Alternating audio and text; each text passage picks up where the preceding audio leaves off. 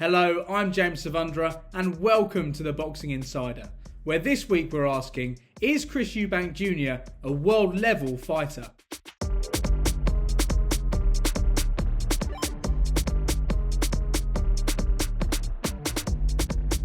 Since turning pro in 2011, Chris Eubank Jr. has built up a record of 31 victories and just 2 defeats, but a world title still eludes him. talkSPORT's Adi Oladipo discusses his career to date. Stop-start. And as a Chris Eubank Jr. fan, disappointing, if I'm honest with you.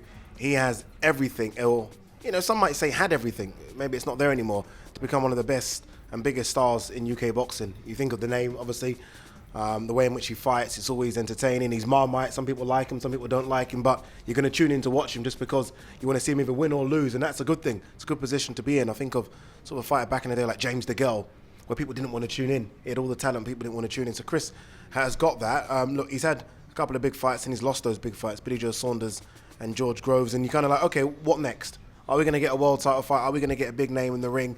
Chris talks a good game. You've interviewed him a couple of times, and he's always telling us about, I want Golovkin, I want Canelo, I want this, I want that. And unfortunately, we've not seen it. But look, he keeps himself in great nick all the time, always in good shape. He lives the life. So hopefully this is the start of something good now with this link up with Sky, because he's been almost like a mercenary for hire. He's been to so many different broadcasters and promoters, so hopefully now he sticks with what he's got and we start to see the best of Chris Eubank Jr. December the 11th could prove to be a crucial night in the career of Chris Eubank Jr. He takes on fellow Brit Liam Williams in Cardiff. Now he's coming in off the back of a defeat on points to WBO champion Demetrius Andrade.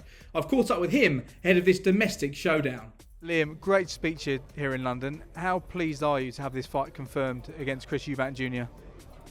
I'm excited. I'm very excited. It's a good fight, this one. It's one that people have wanted for a long time. People have been calling for it for past year, two, maybe even 2 or 3 years.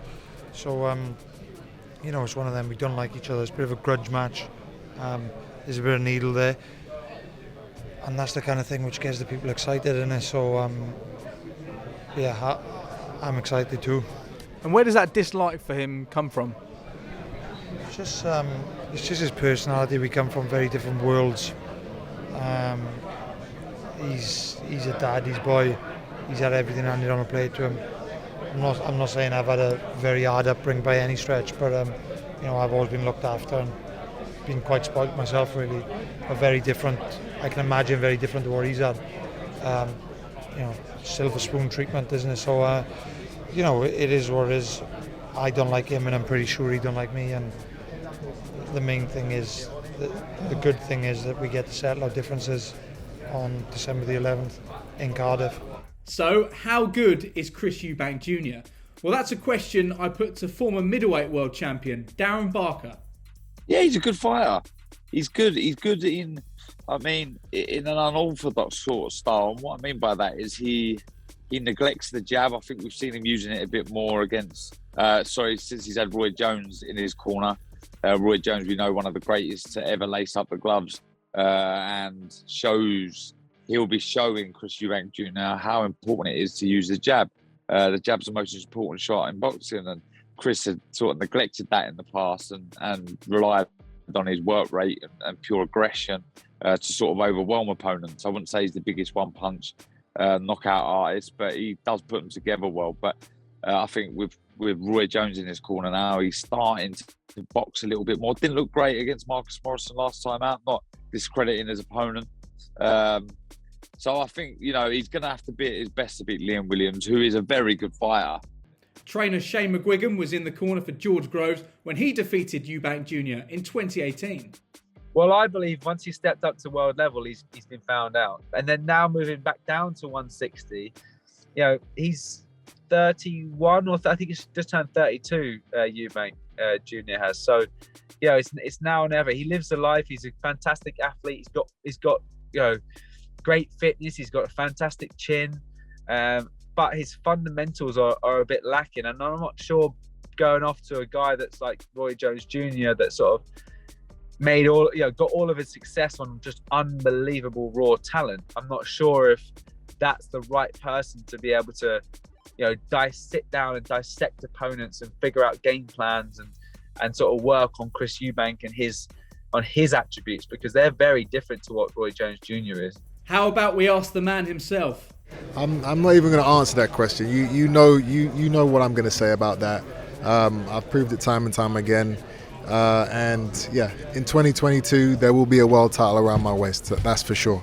It's going to be make or break for Chris Eubank Jr. on December the 11th when it comes to his world title aspirations. Here's talkSPORT's Spencer Oliver. We've got to remember Chris is 32 now. You know, it's really the last roll of the dice. He's not a prospect anymore. He's been around a long time. He's had his opportunities, and I think this is, you know, and now or never situation he finds himself in. I think the winner goes on and challenges for a world title. I think that definitely happens. I know that Chris Eubank and his team, I spoke to Callum before, and they're eyeing Triple G. That's the fight that they would like. Triple G's not getting any younger himself now, so that might be right place, right time. You never know.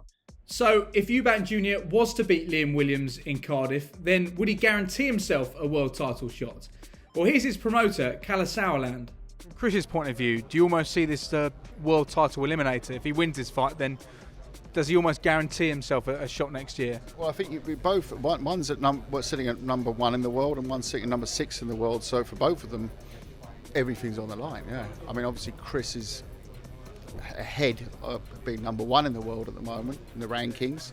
It is about the next fights, of course, from here, but I don't think we should look past this event. I will look past this event because that's my job.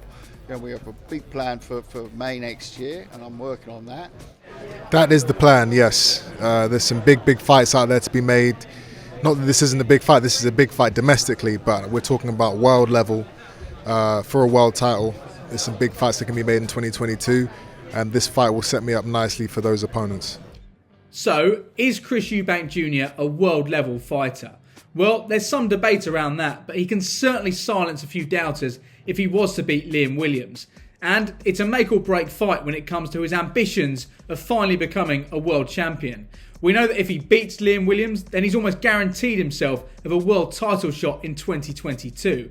But if he was to lose that fight, then it's tough to see where he'd go from there.